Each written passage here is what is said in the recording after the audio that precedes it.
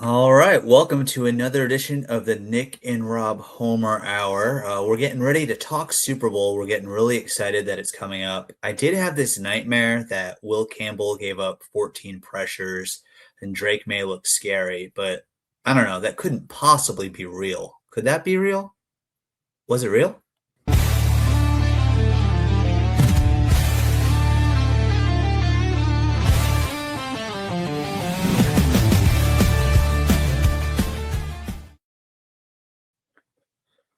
Rob, it might have been real. It That was might have been real? real. Oh, that was Yeah. bad. But you know what? You know what? They still won the AFC Championship. I don't know. I don't know. It was real bad. It was real bad. But they can learn from this. They can grow. Will Campbell actually, the one time he showed poise, he chose not to speak to the media after the Super Bowl. He did speak to the media um, earlier today, and pretty much he said, you know what? If I talked on Sunday, I was going to say things I shouldn't have said. I needed to make sure I was able to compose myself. He had awareness in one area. Give him some credit. Hey, rookie guy in the Super Bowl. I'm not going to beat him up too much. Um, Yeah. yeah.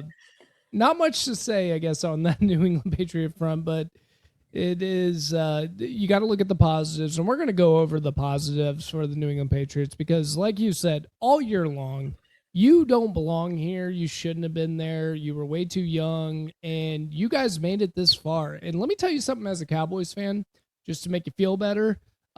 We can't even make the conference championship in the NFC. So in the last 30 years, Rob, 30 years, there's only one team in the NFC that has not made the conference championship. You're looking at it right here. So the Dallas Cowboys could not make it. So you got to hang your hat up high on a season that was much unexpected and got you into the position that you were in to be one of the Super Bowl contenders in this league. And there should be some appreciation for that. There certainly is. It was a really enjoyable season. We proved we've got the right coach in Mike Vrabel. He's assembled an amazing staff. He has a connection with his players that is really admirable and enviable for a lot, especially a lot of the older coaches, because he will get in there and he will take hits in practice and he will show exactly how he wants it done. And players respect him a lot for that. Thank you, Amy Adams Strunk. Thank you for your decision making. We have the right quarterback in Drake May. Was he seeing ghosts? Sure, he was seeing ghosts in the Super Bowl. The playoffs were rough, but they were rough because I really want to attribute, yes, this was the toughest defenses they went up against all season, but I would be willing to bet Will Campbell still isn't. I mean, no one's 100% at the end of the season, but I think he was still having issues with his knee. But he came back anyways because of the time of the year that it was, and we saw what happened with that. Um, he did a real good job most of the season before injury of protecting Drake, giving Drake a clean pocket, giving him time to throw. And I think we saw Drake really believes in him, and he just assumes he's going to get it done because he does not panic and race out of that pocket, which caused some issues during the AFC playoffs. But then, he started to figure out, he said, okay, I should run. And he was running a lot against Denver. But I'm assuming this is everything to do with a shoulder injury. It seemed like he was strictly told, do not run. Don't run the ball. Because he barely ran in the Super Bowl, unless he absolutely had to. And even then, there was 4 or 5 times that he should have taken off and run. But because he didn't, something bad happened instead. So I don't know. Maybe it's one of those things where if the environment and the pressures and the what you should and shouldn't do weren't there, maybe Drake wouldn't have started. Maybe Josh Dobbs would have started because he was healthier. But you got to imagine that Drake May still gives you the best chance to win, even if he's hurting. And there's his injury combined with Campbell having his worst game all year long, along with what's his name, the other rookie. He was in there, number 58. He'd been out hurt for a while, but he was back in, and he was a sieve in the middle of the line. So all around, all time record setting bad performance for that offensive line, and they're going to learn from it, and they're going to grow from it, and they have a chance. They've got a lot of cap space. They can attack those issues not only with high quality players, but with the players that have the right mindset. And there's no reason why they honestly can't be the favorites in the East next year over Buffalo. No reason at all. No reason at all. I don't think that's unreasonable at all. I think this team is really solid. They're set. They have a really good coach, like you keep mentioning. Is Vrabel did a wonderful, wonderful job all year long, and I think coaching, especially this time of an age, they focus so much on X's and O's and strategy and weird things like that. But the fact of the matter is, football's a war, guys. It is a straight up war, and you got to get your soldiers into battle and beat the man in front of you. And I think one of the best things that Vrabel can do is he's not bad on X's and O's. I don't think schematically he's a bad coach at all. He knows how to get his boys ready for conflict. And I'll tell you one thing, what he did this year is very, very impressive. I've got my criticisms just over the Super Bowl, just in general, mainly on the offensive side. But that being said, they've accomplished. It was ugly for both offenses. It was very ugly, and I love breaking down the strategies of both teams heading into it, what they were trying to accomplish and what they were trying to do.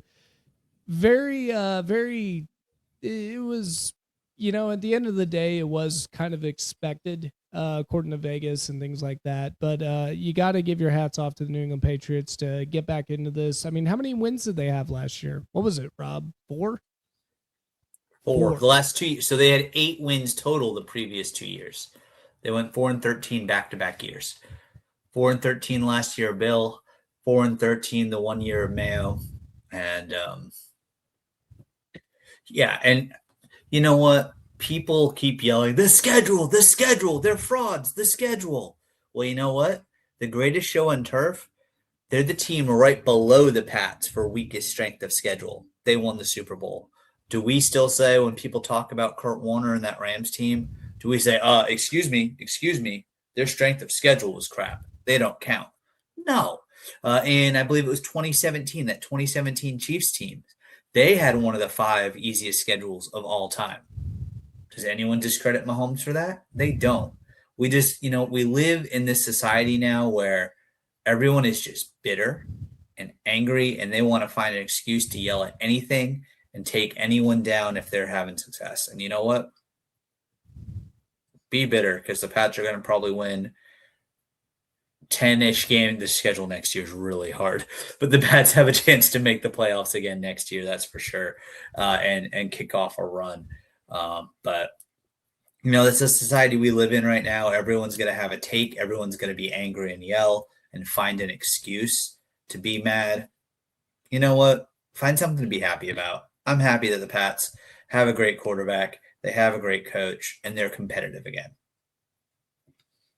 Yeah, absolutely. And the thing about the schedule that always irritates me when people complain about that kind of stuff too is, what can a football team do? Can they change the opponents that they play against? They can't.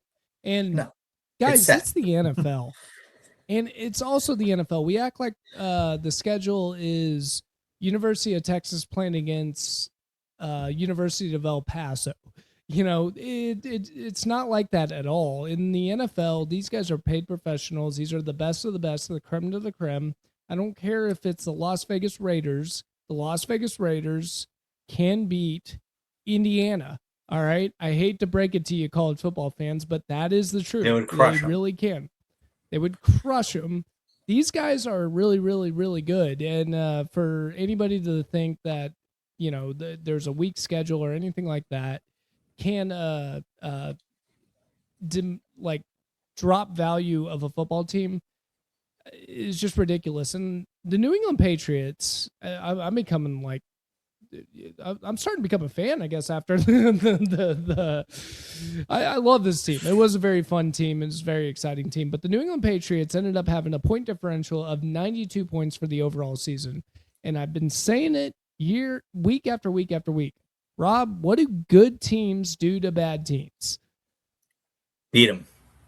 They beat them, and they beat them by a lot. That's the politically correct term. I would say they beat their, behind. Yeah. I guess We don't want to be. proper We don't want to be flagged. We don't want to be flagged. Yeah, we don't want to be flagged over there. And then when you have a 92-point differential all throughout the season, it's clear as day the New England Patriots are a really good team, and they belonged in the playoffs. They belong in this run, and you want proof they ended up in the Super Bowl. Period. End of story. Doesn't really matter how that happens. All the teams at that level at that point are really, really good. Now you're taking out the Las Vegas Raiders, and you're talking about really good, solid football teams like what the Houston Texans were doing and the Denver Broncos. So for them to even make it to the Super Bowl, hats off to you guys. You did a really good job. You're a very young team. There's a lot to be impressed with. I got my flaws. I saw the errors just as much as anyone. Yeah. But overall, you got to say tip of the cap, good season, and the New England Patriots did a pretty good job. Might not have gotten over the hump, but only one team does it. And you know what? The team that was supposed to win won. The best team in the NFL all season, even though they weren't picked to be the best team in the NFL all season, but they did. They won, and they should have. And I think we talked about it earlier in the playoff preview that really whoever wins the NFC Championship should be the ones that win the Super Bowl. There's not a single team that was in the AFC playoff field that could have beaten Seattle on Sunday. There just isn't. Maybe the Jaguars, maybe. That's a hot take. That's about it. That's about it. Yeah, I didn't say Buffalo. I think it's a little homerism. Homerism there. Maybe not. Maybe you believe it, but the objective. I mean, a little Josh. Homerism. That's your division. I mean, you look at what they did to that Pats offensive line, which is a weakness of the team. And you got to think, I mean, Buffalo didn't have the greatest line. Poor James Cook. He's like, hey, I could do better if, they're not constantly getting at me. And yeah, so I don't know. I think, okay, we can put the Jags Buffalo maybe, but I still don't think they win. I still think it is Seattle. And you know what? When you play in 20% of all the Super Bowls that have ever been played in, you're going to lose a few of them.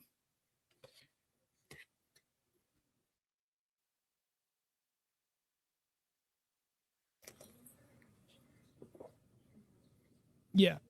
The key is to get into the Super Bowls for sure. Mm-hmm. And a lot of teams cannot get to that point, including mine. Hopefully one day, and we're going to get into that too as well. We will. All right, Rob. So I guess we should do like a really, really good breakdown of the game, and I don't even have like a good segment off of it. I'm just gonna hit the playoff preview, but we'll break it down. We'll discuss like the details of the game, what we like, what we didn't like, and then really more importantly, Rob, what we're gonna want to hear from you is what's the game plan for the future for the Boston, the New England crowd. So let's go ahead and kick off our little playoff preview, and we'll go from there. Cool.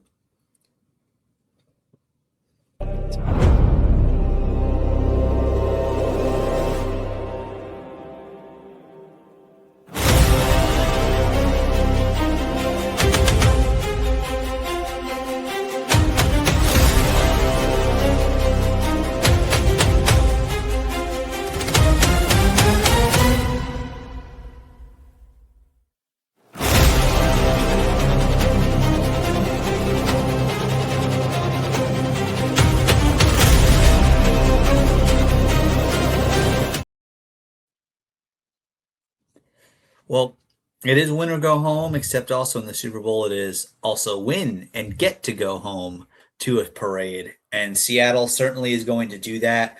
And they deserve to. They had the game plan set. And you know what? What was most exciting for me, looking at it from a bird's eye view, is Texas Longhorns getting it done for Seattle Michael Dixon, the punter, did not give New England much of a chance. He kept them pinned inside the 10-yard line and often inside the 5-yard line most of the game. So hats off to Michael Dixon. An argument could be made that Dixon or Myers could have been the MVP. Byron Murphy, another former Longhorn, he was just destroying the Patriots' offensive line all night. Hats off to them. That is a deep team. That is a well-rounded team, and they have so many weapons that they just JSN got injured for a while. They shrugged it off. They didn't need them. They didn't. Didn't need them. They've got so many weapons, and the Patriots' defense, to their credit, my goodness, the Pats' defense Good. played. They played good enough to win, far and away. Christian Gonzalez had the Pats somehow hung close and pulled it off. I think you would have actually seen a first in a long time, I would imagine. But I believe you would have seen a defensive MVP in Christian Gonzalez, because without him, Collinsworth pointed it out. Without Gonzalez, that game is a massive blowout and it's over at halftime for sure. He saved multiple touchdowns. He was all over the place, fingertips away from a couple picks. Even Marcus Jones early, he went for the home run shot, went for an interception, missed it by like millimeters. Like that. I like this Pats defense a lot. They played so well. I feel bad the offense let them down.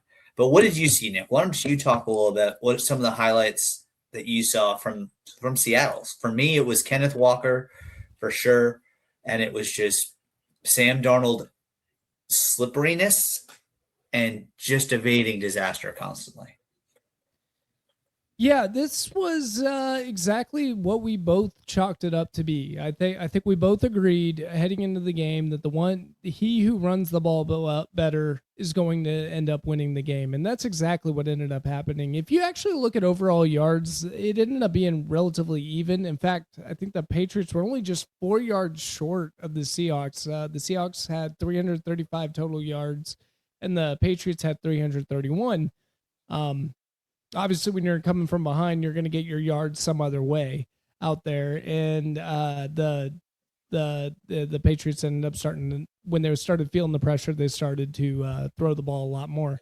But the key stat that goes into it is a clear one. I mean, the Seahawks had 141 rushing yards and the Patriots had 79. And whoever was running the ball well in that game, and me and you both were saying this, like that's going to be the key.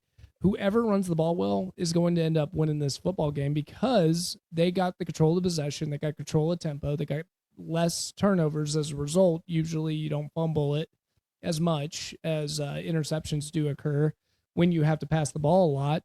And that's exactly what went down. It was phenomenal gamesmanship by the Seattle Seahawks, because if you know anything about Clint Kubiak, he is got great game theory. He is really good at figuring out the game. And they came into the game plan understanding one thing and one thing only. We're not actually going to let Sam Darnold have a chance to screw this up. That's what they told themselves going into it. They said, look, we're going to run the ball. We're going to run it. We're going to do a couple passes here and there, but we're not even going to make this whole secondary thing, an option for the New England Patriots. The only weakness that the New England Patriots defense had wasn't much, by the way. It's not like it's a flaw in their game, but if you had to have a crack in their armor per se, it was the running defense, and that was the biggest concern heading into that game for the Patriots, and they took advantage of it.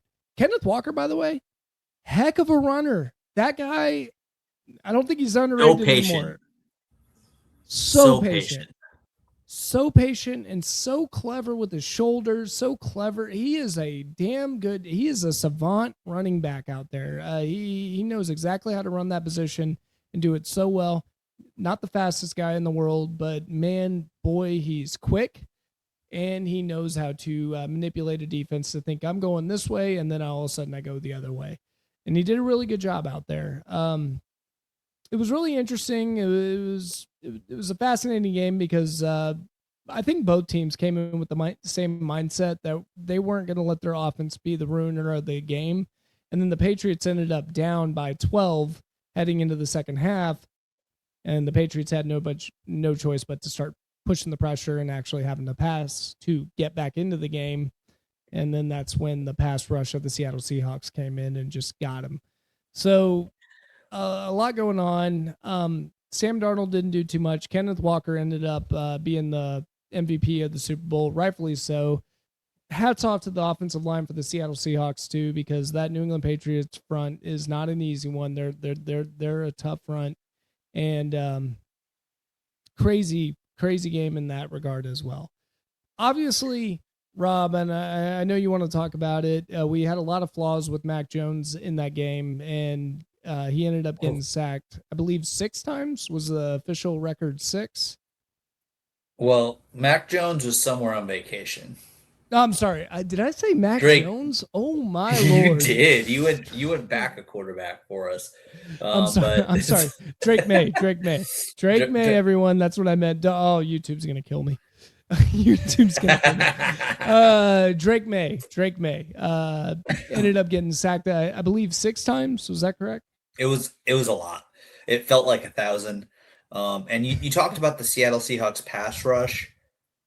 I wouldn't call it a pass rush. I would call it a gentle walk where they just gently moved the defenders at the offensive line out of the way and then just had their way with everything.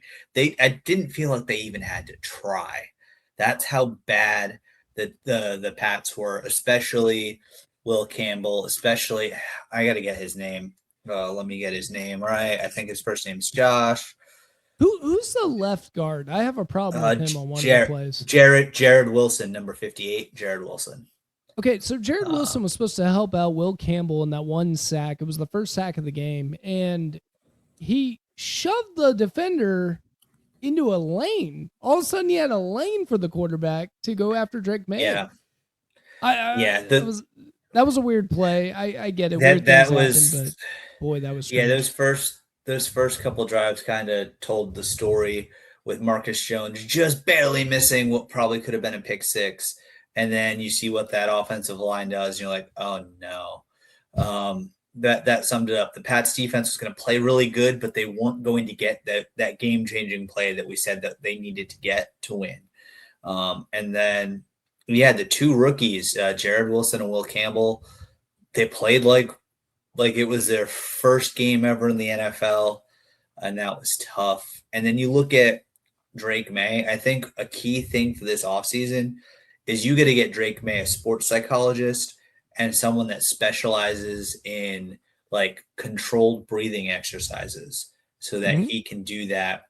Because they got into the game again when they got that touchdown. And then they start driving, and it's like, oh my goodness, they might. I still didn't think they were going to win. I'm like, they might make it look close. And then out of nowhere, he goes, "I'm going to panic! Oh my god!" and just throws the ball right for the game-ending pick 6. And it's like, you were there, and you saw that panic throughout. Like earlier in the game, he decided to rifle one to Mac Hollins when Hollins was completely covered and been shoved out of bounds. It was like, dude, did you even look at your other options? And there was a few times like that. And then I think, like we said, that shoulder, there was a couple times he missed wide open receivers by a lot. And other times where he had a wide open receiver close and like panicked and looked elsewhere and thought, and oh, now I'm sacked. There was multiple times we were watching it together. How many times did I start counting on the replays? And how many times did I get to 4 and 5? NFL quarterback, you shouldn't be getting past 2 to 3, and that ball should be out.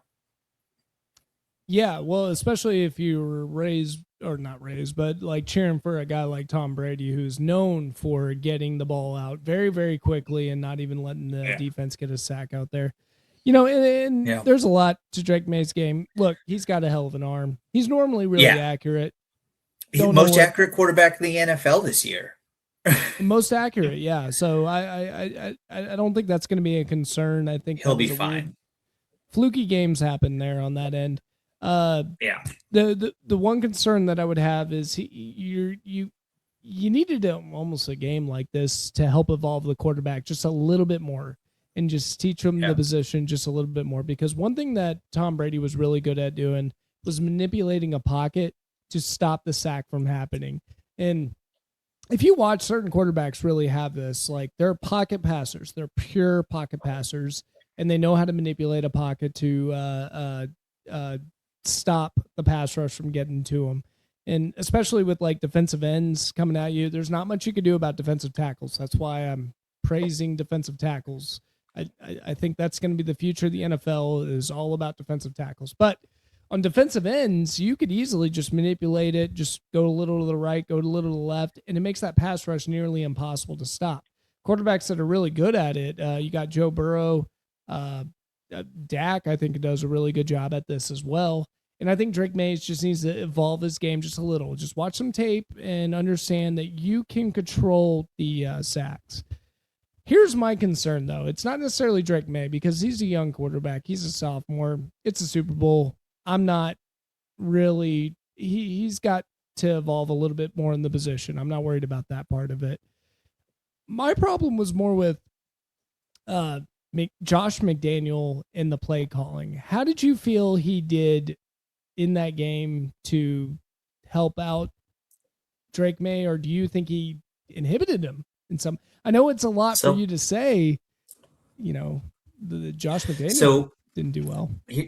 Here's the thing, for those loyal listeners that watched, or those that just want to go back and double check my work. I said in the pregame show, and I said it in previous episodes too, but we definitely talked about the pregame show. I said the New England Patriots, it's going to be a long game. We got to take one play at a time. This other team's better. I said they got to keep it within 10 at halftime. Mm-hmm. And they did. It was 9. It felt like 1,000-0, but it was only 9-0. And the reason why I said they just got to keep it within 10 is, and it showed a lot in this playoffs for sure, but it happened all season.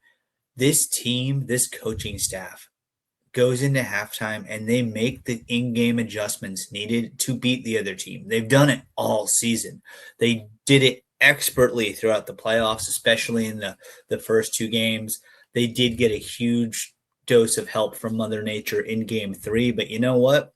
Denver won the right to play the game in Denver that day. So that's how it happens. So, and then they just didn't do it. And I think a lot of it was they normally, where Drake May shines is in empty sets.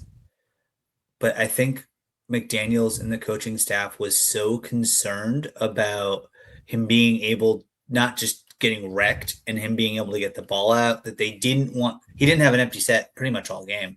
They wanted that running back or whoever back there to help him out. And that's taking away a weapon. But then if you look at it, put that running back in motion, get him ready for a slam. You now have another running back that can get the ball. Or like, okay, Will Campbell's a sieve. All right, have that running back placed there, but then start sending that running back immediately out, so that as Will Campbell's getting blown up, Drake May can turn, look right at it. What do we talk about all the time? Throw where their blitz is coming from. Were they necessarily blitzing? No, but they might as well have been, because of how bad Will Campbell was getting beat. So get a running back out there, someone out there, just so throw it right over him, then you got room to go. And none of these adjustments were made. I think the coaching staff played it too safe all the way through. They really, really loved their defense, but they asked the defense to do way too much in this game. And the defense did everything they could. They couldn't score the points too, but it seems like that's what they wanted them to do. And, if Drake May was too hurt to have that full arsenal, then maybe he shouldn't have been playing, Super Bowl or not. Wow. I don't know. Hey, well, I don't know either. I don't know either. But if you're not adjusting your game plan and you're not turning him loose, a few designed runs crashing down through Will Campbell, send some designed runs the other way, and so force them to adjust. They weren't forcing them to adjust. So Will Campbell, Drake May can get it with his legs, and you didn't let him do that. That really could have changed everything. That could have gotten him some momentum, and it just didn't happen. Obviously, we're sitting here in our respective studios talking Yeah, about this. We so especially with the quarterback position. Especially yeah, with the quarterback position. That's a tough position. I yeah. just wanted to So piggyback off that. yeah, oh, for sure. So the coaches did what was best for their players, and I have full faith in the coaches. I don't want Josh McDaniels fired or anything, but I think May was a little bit more hurt than he let on. I think, and it was affecting his throwing. I think this first playoff run was a lot for him, and he's learning a lot. But we saw how panicked he was in those games, and there was a great clip in the Denver game that came up afterwards where McDaniels is talking to him, and that's where like, okay, we got the right coach. We talked about this last week. Drake Mhm. May just looked at him like, dude, it's so hard out there. It's hard. And McDaniels is like, it is hard, but you're going to trust in us. We're going to go out there, we're going to execute, and we're going to win. And that's what they did. And I don't know, the better team won. And now I'm excited about next year. Yeah, and my biggest problem, and I'm saying this subjectively, I'm not in love with Josh McDaniel nearly as much as you are, and you have a right to be. By the way, he is a wonderful offensive coordinator, especially for the New England Patriots. Did a wonderful job. The evolution of the two tight end offense that came to be came from Josh Mm-hmm. McDaniel. That was him with we'll we'll say Gronk and he who should not be named, I guess, and Hernandez. Yeah, yeah, yeah. but Yeah. but he did come up with like a very revolutionized offense and did a wonderful job at that. I do have a little bit of a problem with him on the Super Bowl though, because I just think there was some little things that he could have done so much better. And I know it's easy for me, Mm-hmm. like you said earlier, to say it from this position. And I think you were talking about the blitzes. One of the easiest ways to detect a blitz and where it's coming from is running motion, because motions are just wonderful at trying to take off. Hey, that player, he's not involved on the blitz. Okay. And it helps calculate the quarterback to go, okay, all right. So it's not him. Therefore, it could be X, Y, or Z, and start calculating it from that angle too. And Drake May can run the ball. All right. And I'm not saying do this You 10 can. times, 10 times a game. I'm not saying that at all, especially with the franchise quarterback. But in the Super Bowl, hey, maybe a little different. Um, Give me four four run pass options where the quarterback can just go off and run it just to keep the defense honest. What a lot of people don't look at, like when it comes to the schematic of a defense, is every little move you make that maybe confuses the defense just a little, can save your quarterback on a pass rush at least zero point 0.2 seconds. That's kind of my expression. And over time, it evolves in the game where you get a defense that just cannot predict what you're doing because you gave them way too many options. And I feel like you nailed it. I love what you said about throwing the running back out wide and forcing a linebacker to have to figure out how to cover the running back. It could be Henderson, it could be Stevenson, doesn't really matter which one. And just try to put a little pressure on the defense to just think. The goal is to get the defense to think too much, think more than the actual play that they have to achieve out there. And I felt like Josh McDaniel has a game plan, and he's excellent coming up with the game plan and maybe doing a couple tweaks here or there. But in this case, you got to do a little bit more, buddy. You got to give them a little extra. Playing it safe was a great strategy heading into it. Rely on what you're strongest at, and that's the defense. That's the New England Patriots defense. But when you realize you're down by a little, you got to start mixing it up. And I felt like he fell a little short there. When it comes to sacks on the quarterback, you could blame a lot of things. And I think Drake May has proven to me that he is a really, really good quarterback. And if you guys got your first look at Drake May in the Super Bowl, I don't think it did you justice, because I saw Not some at all. amazing plays all throughout the year. This guy is good. This guy is really good. And the biggest thing that I like about him is he normally has his head on his shoulder, but it didn't seem like that that was the case today. And I don't think the offense play calling helped him out too much. But hey, it ended up happening. And uh, so, Rob, obviously the Super Bowl you're not too happy with, right? No, And but I can still count to six though. you can count to six. I can't count to six. I can only count to five. Not only because I'm a Cowboy fan, but because I'm not the brightest person out there. But Rob, so do you? What do you think the New England Patriots need to do in the offseason to go ahead and get this team over the hump? Because I don't think they're far off. No, they're not far off. The biggest thing is they got to do something about that offensive line. Now, just looking at things, the Pats have a lot of picks in the draft, mostly deep in the draft. They have, let me pull it up. They have 11 picks in the draft this year, which is great.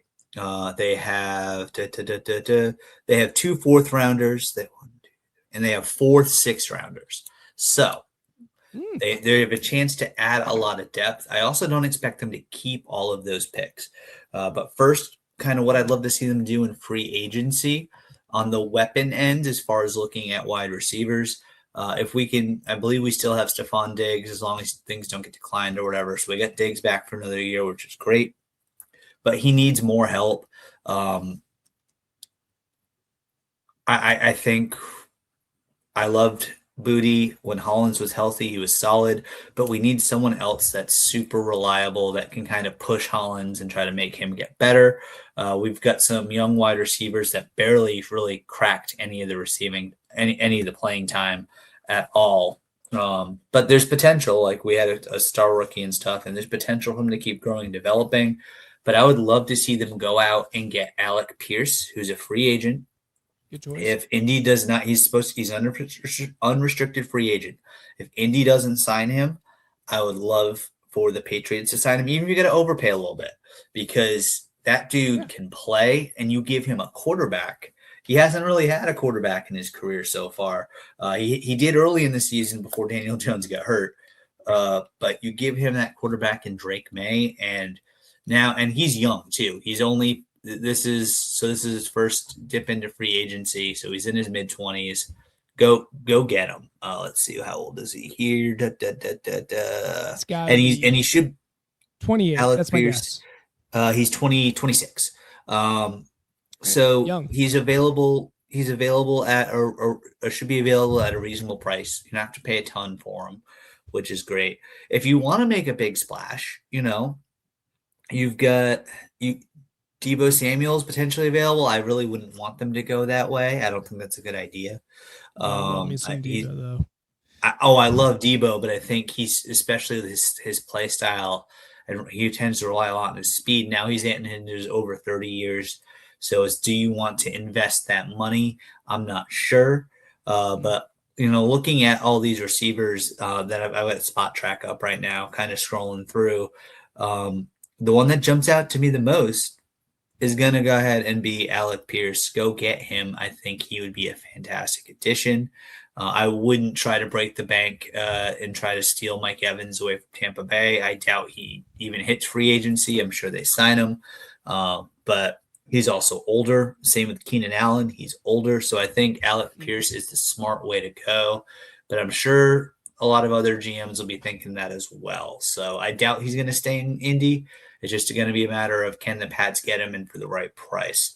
And I'm okay if they overpay a little bit.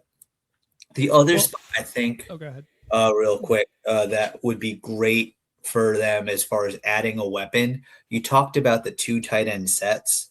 We didn't really have two tight ends this year, but you know what? There's a star tight end that has just recently announced he is not going to return the city he's played his whole career in. David Njoku Oh, really wants good. to play for a winner. He announced via Instagram or whatever that he loves Cleveland, but it's time for him to move on, and he is an unrestricted free agent. I would imagine his big deal is, yeah, Cleveland can pay him, but he wants to win. Come on in. He's a little younger than Hunter Henry, not much, but this would give Hunter Henry a little bit of breathing room, and honestly probably even help his stats out a lot. So you can get two tight end sets with Njoku and Hunter Henry. You've got Trayvon Henderson in the backfield. And then you look at a receiver room of Stephon Diggs, Alec Pierce, and then either Hollins or Booty, whoever makes the most sense, unless one of those rookies takes up and takes their spots. And now you're talking about a bunch of weapons. And Seattle had that. That was their advantage over you guys. Is they just had a bunch of Hmm. weapons. My question to you though is the offensive line has been That's struggling where I all was going year to go long. next. We all knew it. Like Yeah. we knew about this problem. I mean, me and you, because we watch them because of the show. Well, you watch them because you're a fan. I watch them because of the show. And the concern that was going into it was the offensive line. I mean, what are they going to do to fix it, or are they going to stick to their young guys, maybe help grow them because they do have a good coach for that. So Vrabel's really there's, good. uh, I would stick with the two young guys, the two rookies. I know they sucked on Sunday, but they played so much better the rest of the season. I know there's already people calling for cut Will Campbell. Well, that's not going to happen. Or move him to guard to get a real left tackle. That's not going to happen. Mhm. And stop yelling about his short arms. Guess what? He doesn't have the shortest arms in the history. If he gets his technique better, if he spends all off season working on his technique, those arms aren't going to matter. When he was getting blown up on Sunday in the Super Bowl, he probably could have been called for a false start on almost every play. He was Mhm. getting up quick, he was getting up early, and he was rocking back quickly. He was panicked because he so you get his technique better, and we can see some good Will Campbell there. But we should go after, definitely use a couple depth draft. Like if you have both fourth rounders, one of those should be going to an offensive tackle. If Mhm. you keep your first rounder and one of the top two or three offensive tackles is somehow still sitting there at the end of the first round, because we're picking 31 now, go get that. But I don't think they're going to have their first rounder. I'll get that in a second. But I Okay. was looking at the potential free agents, and there's a couple that jump out to me. One, again from Cleveland, and he's old. He's going to be so he'll be 35 next year. Joel Bitonio. And I'm not always in the weeds, but I went through a lot of the free agents. I was looking at their history, and Bitonio, yes, he's almost 35, but my goodness, he is always healthy. Since 2017, there's only one season that he didn't play at least 99% of the snaps for the whole season, and that was at 84 point something. So the dude's healthy, he's consistent, and he can provide a lot of veteran leadership to go there along with Morgan Moses. So that would be a Okay. great guard to go ahead and try to bring in.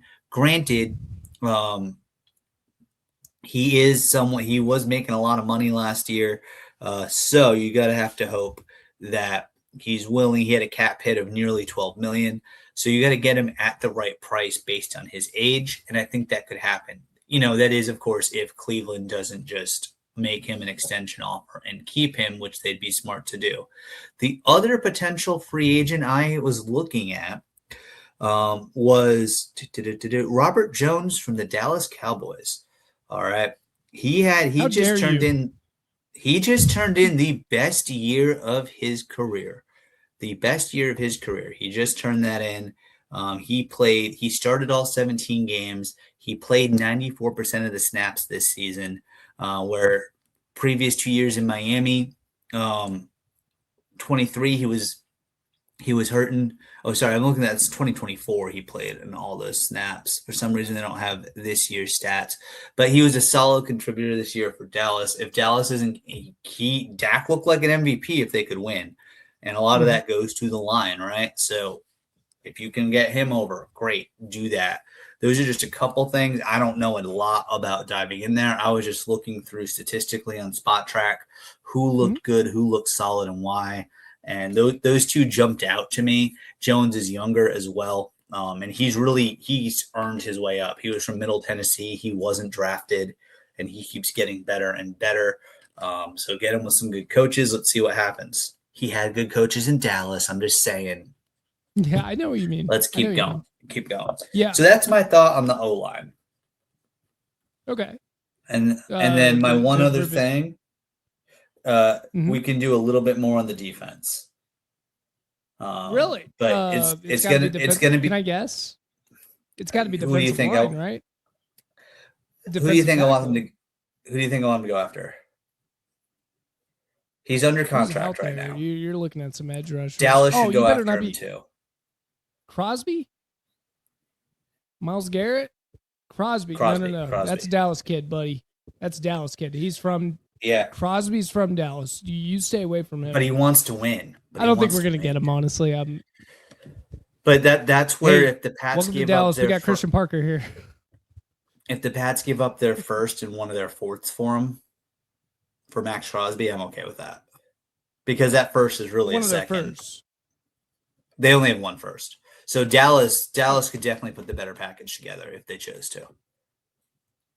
Well, I think you guys are in good shape too. Our defense is in great shape. Yeah, your defense is in great shape. Look, the thing that the advantage that you have is your quarterback is not paid a high end position yet because Not he's yet. under his rookie contract. You got 2 more years of Drake May, who's potentially 5, but yeah, 3 more. They'll extend him. Yeah. yeah, but usually they come up with the contract at some point, after the second It'll year. But happen you're after right. next year, I would assume. Yeah. Yeah, but either way, I think you guys are in a really good position. This is a 3-year window for you guys to just go LA Rams, F them picks, and go crazy with it right now because I think Mm-hmm. you guys are in good position right now. You're not that far off. It's just that offensive line that needs to be fixed and a couple of skill positions. And if you guys get that, this team is a juggernaut. This is not a joke. This is not just, hey, they just made the playoffs. I don't care about their schedule. I don't care who they play with a coach like Vrabel and a quarterback like Drake May. This team can go really, really far. Who knows? Maybe we get a Patriots Cowboys Super Bowl next year. I don't know. I'm optimistic, but That would I be think awesome. That would be man, awesome. our But friendship would be on the line. I'll tell you that.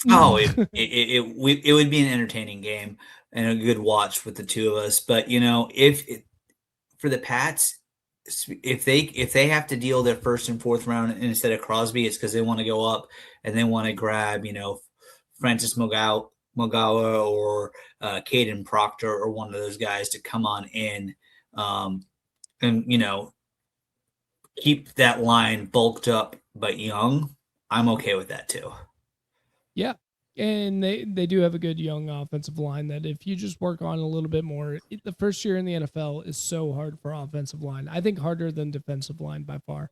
So Yeah. it takes a little time for them to get going. I wouldn't freak out about Will Campbell yet. Will Campbell was angling for the most. Will Campbell is just angling for the comeback player of the year award next year. There you go. There you go. He knew he had to sacrifice a Super Bowl win and fall flat on his face so he could fulfill his lifelong dream to be the comeback player of the year in the NFL. Because if he can come back from that performance, he deserved it.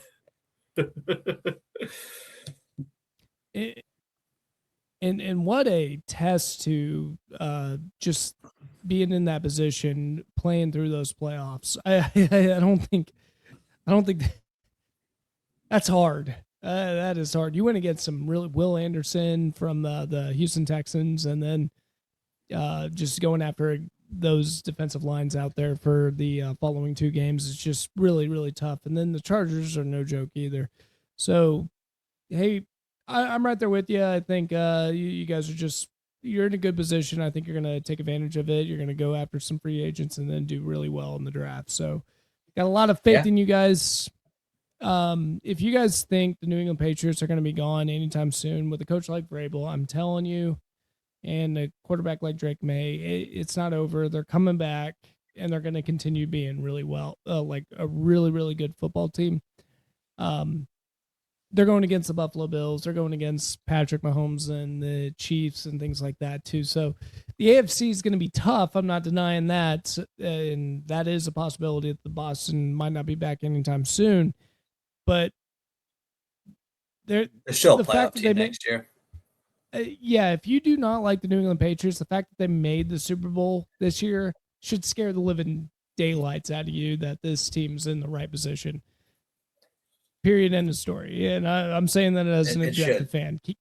Keep an eye on that team because it's not going anywhere anytime soon. I hope you're right for sure. And talking about being in the right position and potentially making some changes. Mm-hmm. Well, we haven't been able to talk Dallas Cowboys in a few weeks. Let's talk some Dallas Cowboys. Yeah, let's do it.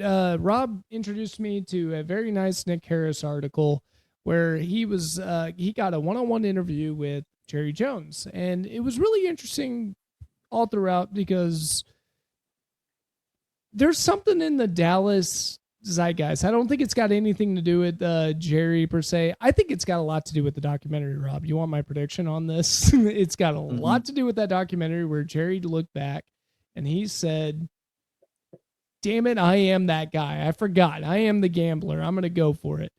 And we caught a window of Jerry getting a little crazy out there. I mean, so first we're going into the big interview with Christian Parker. Okay. And Nick Harris did a wonderful job at asking questions.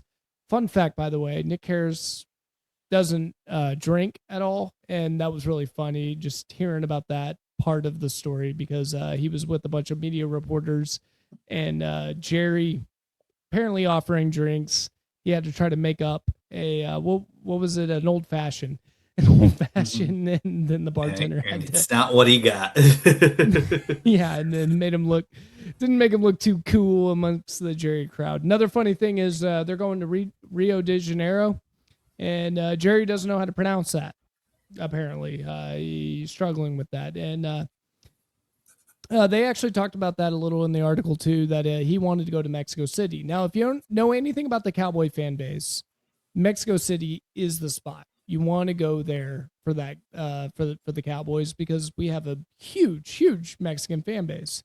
And Jerry, although excited about going to Brazil, was a little upset that they decided not to go to Mexico City. And I don't know why the NFL won't do it. Is it because of the turf? It's They had issues with the no, turf. I remember. no, it's all about right now. The NFL is all about expanding their market reach. They don't need to expand in Mexico. Mexico's fully all in. Most Me a lot, if you look at all stuff, a lot it's they're either Cowboys fans or they're Raiders fans. They don't. The NFL doesn't need to boost ratings in Mexico. But right now, as we're going to all these different markets, and it's going to keep expanding, Hmm. which is crazy. So NFL owners are allowed to essentially they bid on and they get different regions and different areas in the world that they get exclusive rights to. So like the Patriots, that's why they played in Germany. The Patriots have exclusive marketing rights in Germany. So that's why that happens. And so you can look that up and see that. And so Rio is another place. Let's go. Let's get into Brazil. Brazil's got a big is a big sports market, a big world market on the world stage. Let's get in there. Let's get one of our biggest, strongest brands. Let's see if that's one of the ones the Cowboys have. We do. Wait. Oh, you I'm mean looking at the on the global marketing rights. gotcha. Cowboys global marketing rights. It looks like the Cowboys have Mexico as we talked about. We know that. So that's obviously why he wanted to go there. But I don't think they have another country listed. But they may obviously then end up. I'm looking at the NFL thing right now, trying to scroll through. So let's see. So Dallas Cowboys. Oh, they just have Mexico, but I'm scrolling through the others. I do not see the Patriots are in Brazil. Okay. So could we see? So the Patriots have. So Robert Kraft's been on this. The Patriots' exclusive marketing rights are Austria, Brazil, Germany, and Switzerland. All right. Gotcha. So the Pats don't play the Cowboys next year, or that would be the auto. That game would automatically, it'd be a Pats Cowboys game, would be what would be in Brazil for sure. So they're just Hmm. looking at expanding their rights, and it's just not just one team per country. So because, like for example, the Tampa Bay Bucks also have Austria, Germany, and Switzerland.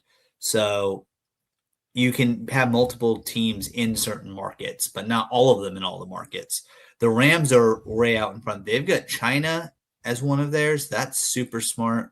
The Dolphins Yeah, are also in Rams, Brazil. LA. I don't believe, but the East don't play each other. So um, I'd imagine that there's a chance that Dallas ends up being another one of those teams And that's got rightfully so. rights in Brazil, and they should Yeah. because a lot of teams have rights in Mexico for obvious reasons.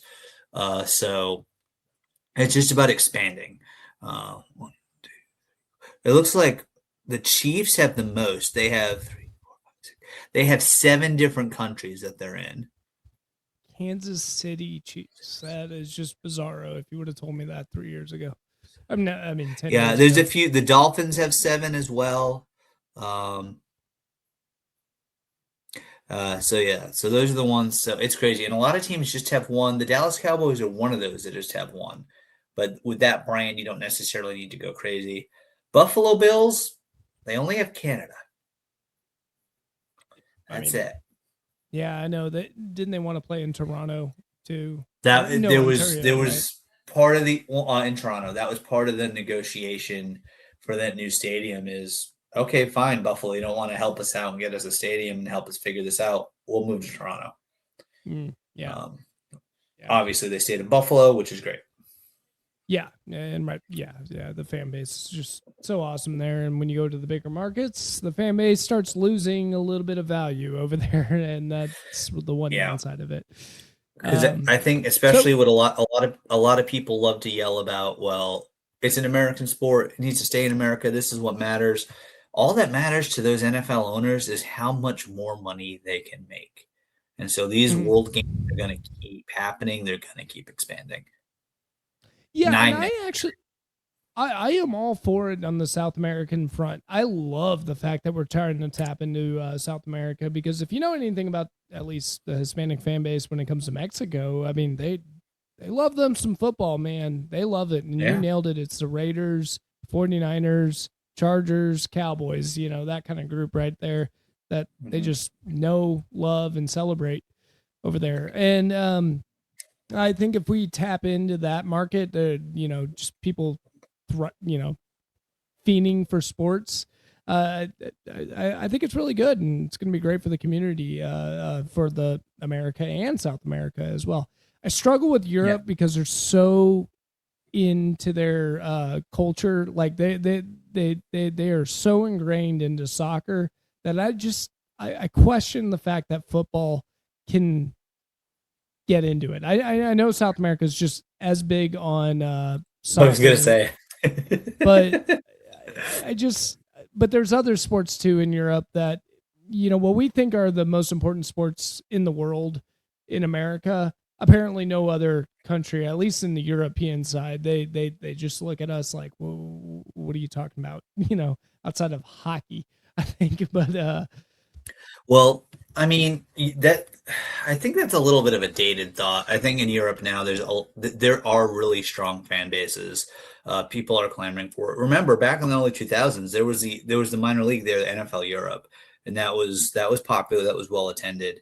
And all these games always sell out. A good chunk, yes, a chunk of it is Americans ch- choosing to have a vacation, but it's also like popular all over the place. So mhm. um, All right. yeah, but when you talk about like expansion, ultimately, like it makes more sense to go to certain parts in South America versus Europe, just when you look at time zones and locations. But I think we're still a long way away from global expansion. Yeah, and they're slowly working on it. Um, but anyway, in that article, it was really one funny hearing the Jones family arguing on how to pronounce Rio de Janeiro. They're from Arkansas. It was funny. I like that. I think Jerry pronounced it Rio Janeiro or something. I forgot how he pronounced it, but it was just a goofy little thing. And I think it's really good that the Cowboys are going to be going to it. Big fan of it. I think it's going to be exciting, and the Brazilians are going to really love watching Cowboy football there. They're going to see the spectacle that is the Dallas Cowboys. It's always nice when it comes into your town. But the big thing that I got from this article that I really, really liked was this specific quote. And I was saying this for quite some time since I realized we're going to be out of the playoffs, that I feel something's different. Something different is going on. And Jerry quoted, had a quote right to Nick Harrison where he said, if that's the way I've done it before, I'm doing it. I'm going to do it differently. And a weird admission that things are a little changing. Things are not we're not going the route that we used to do it. And I really, really like that from Jerry. That's what I was getting the sneaky suspicion just from the feeling of what I've read through the tea leaves of Cowboys media is that Jerry is getting a little fed up and decided, what do I have to do? What do I have to do? I look at the Eagles. They've got salary cap hell, and they've had salary cap hell ever since they won their first Super Bowl. And what they do, Rob? They won another Super Bowl. So he's looking at that, looking at the LA Rams going, I don't think it matters, man. I think I could just pay my way into this just like the old days. And that's what I was getting out of the article. I was expecting him to go crazy in the free agency market. He looked like he was a little bit more excited than he was in the past. I think they were playing it safe. They were following the Pittsburgh Steeler model. And the Pittsburgh Steeler model is a really good model. It guarantees you 9 wins. There's nothing wrong with that. But Playoffs. it gets you to the playoffs, but it doesn't get you the Super Bowls. And seeing how good that Yeah. offense is, I think he's looking at it going, I'm close.